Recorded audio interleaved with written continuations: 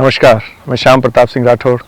जाहोता the heritage village की team आज आ पहुंची है हमारे ही गांव जाहोता में, जहां पर मैं आपसे रूबरू करवाने जा रहा हूं श्रीमान गोपाल जी यादव। तो नमस्कार गोपाल जी, कैसे हैं आप? बस ठीक है सर। तो मैं आपसे जानना चाहूँगा कि आपने रासायनिक खेती को छोड़कर आज जैविक खेती की तरफ आप क्यों आना चाह रहे हैं? सर बात ऐसी है कि वैसे तो हर जी। लोग ही आना चाहते हैं जी जी इसके लिए, क्योंकि खर्चा भी ज़्यादा आता है रासायनिक खेती में। जी जी 1 रुपए की दवाई के 5 रुपए ले लेते तो किसान को तो क्या पता रहता है सही कि बात। कितने की, जी भाई। और फिर भी वो कारगर तो है नहीं। जी तो इसलिए भाई जैविक खेती करें तो इसका पहला प्रेरणा तो हमारे को गुप्ता जी और मारिया जी दीदी जी से अच्छा अच्छा, आपसे गुप्ता जी मिले? मिले। अच्छा, कैसा लगा उनसे मिलकर बहुत आपको? बढ़िया लगा। तो अभी फिलहाल आपके पास आपकी जमीन कितनी जमीन है आप पर जिन पे आप जैविक खेती करना चाह रहे 10 हैं? बीघा पक्की जमीन है। अच्छा, और आप 25 बीघा कच्ची है। अच्छा, तो इसमें आपको आइडिया है कि आप जैसे क्या उगाएंगे या उनके कुछ उन्होंने बताया आपको? 8-10 बीघा मूंगफली लगाएंगे जी जी और बाकी रहेगी उसमें बाजरा और गुवार लगाएंगे। कारण था कि जी। विचार तो पहले से भी था, जी जी। बल्कि आगे राह दिखाने वाला नहीं था। अच्छा अच्छा, आपको बताना चाहूँगा कि आप इस फील्ड में अगर आ रहे हैं तो हम आपकी हर तरीके से आपकी मदद करेंगे। जैसे जैसे भी आप चाहेंगे, आपकी कोई भी इसमें आपको प्रॉब्लम्स आएगी तो आपको हम इनके विशेषज्ञों के द्वारा आपको इसकी पूरी जानकारी आपको मुहैया करवाएंगे। आप जब पहले खेती करते थे जिसमें आप रासायनिक पदार्थ वगैरह डालते थे, तो उस वक्त आपको कैसे सेटिस्फाइड होते थे क्या उस खेती से, या उसकी उपज कितनी बढ़िया हो पाती थी? उपज से क्या है कि उपज होती थी तो उसमें खर्चा हो जाता था, क्योंकि दवाएं लाते थे तो महंगी आती थी। जी जी। तो यही तो सोच के अपन ये खेती कर रहे हैं कि भाई मान लो खर्चा भी कम है, हाँ प्लस यहीं की जो दवाएं हैं जड़ी बूटी है उनसे हाँ, दवाई हाँ। बनानी है। एक लक्ष्मण जी है, मेरे क्लास साथी भी है। अच्छा अच्छा, हाँ तो लक्ष्मण जी तो मैंने सुना जैसे लगभग 3-4 साल से वो तो खुद कर रहे हैं। हाँ, वो नहीं नहीं, लक्ष्मण जी से मैं भी मिला और वो बहुत ही अच्छा काम कर रहे हैं। वो मैं वहाँ गया ना तो मुझे पता लगा कि वो तो अभी तक मतलब हर चीज़ ऑर्गेनिक खा भी रहे हैं और अपने जानवरों तक को भी वो ऑर्गेनिक ही फूड खिला रहे हैं। जैसा कि हमने यहाँ पे देखा तो गोपाल जी ने यहाँ पे जो इतनी तैयारियां कर रखी है कि जैसे इन्होंने बताया कि ये आपने जो खाद इकट्ठा कर रहा है वो आपके पशुओं का है? हमारे पशुओं का है। अच्छा, ये तो लगभग काफी इसकी मात्रा काफी ज्यादा मात्रा में है ये तो। चलिए, ये तो 4 महीने का ही है। अच्छा अच्छा। बस अभी खाद जमीन में डालेंगे इस तो बार। गोपाल जी, मैं आपसे पर्सनली सवाल पूछना चाहूंगा कि जैसे आपने ये सोचा कि मुझे तो जैविक खेती करनी है, तो आपके इंटरनली आपको कैसा फील हो रहा है? आप थोड़ा सा मुझे खुल के खुशी बताएं। हुई थी, क्योंकि मैंने बेटा सोचा तो जो आज के 30 साल पहले जी जो जमीन थी इतनी यानी मुलायम थी कि, और आज इसमें इतनी कठोरता आ गई है कि जो पानी देते हैं ना वो भी रुकता अंदर नहीं होगा, जाता है। रुकता ही नहीं हो।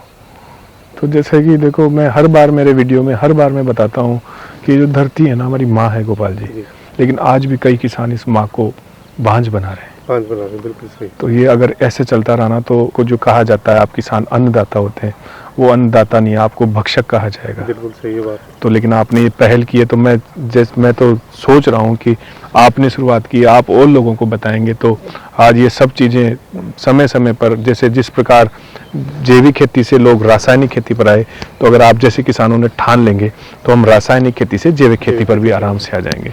क्योंकि मैं ये सोच रहा हूँ भाई इस बार मैं अकेला हूँ तो अगली बार जो अगली फसल 6 महीने बाद लगाएंगे तो मैं 5 से 10 किसान यानी जोड़ लूंगा। मैं आपको बताना चाहता हूँ कि जैसे इंसान किसी भी चीज़ की शुरुआत करता है तो शायद अकेले को करनी पड़ती है, लेकिन अगर वो सच्चे मन से और ईमानदारी से कोई भी काम करता है तो पूरा आस पड़ोस पूरा समाज उसके साथ लग जाता है। जैसा कि गोपाल जी ने बताया कि अपनी जो ज़मीन है इनके पास उसका लगभग 1 बीघा हिस्सा ये नर्सरी में भी यूज़ ले रहे हैं।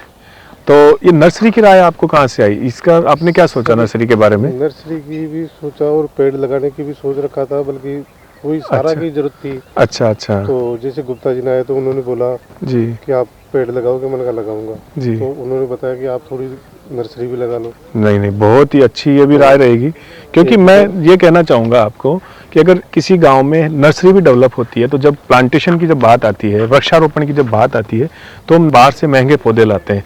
तो अगर हमारे गांव के किसी भाई के पास नर्सरी हो तो हम उस नर्सरी से ही पौधे लेके हमारे गांव में उगा सकते हैं। और आप जानते हैं कि वृक्षारोपण कितना आवश्यक हो गया है, हमारे यहाँ का जल स्तर बार बार घटता जा रहा है, तो इसमें वृक्षारोपण एक मतलब मील का पत्थर साबित होगा। जाहोता में हमने 3-4 स्पोर्ट विशेष बनाए हैं, जैसे कि हमारे गवर्नमेंट स्कूल है, हमारे चिकित्सा जो भवन है उसमें हमारे पास काफ़ी पर्याप्त जगह है, हम उन जगहों पे रखेंगे। हमारे यहाँ पे 3 शमशान घाट है, उन शमशान भूमि पर भी हम जा रहे हैं कि ज़्यादा से ज़्यादा वृक्षारोपण करें और ज़्यादा से ज़्यादा पेड़ लगाएं।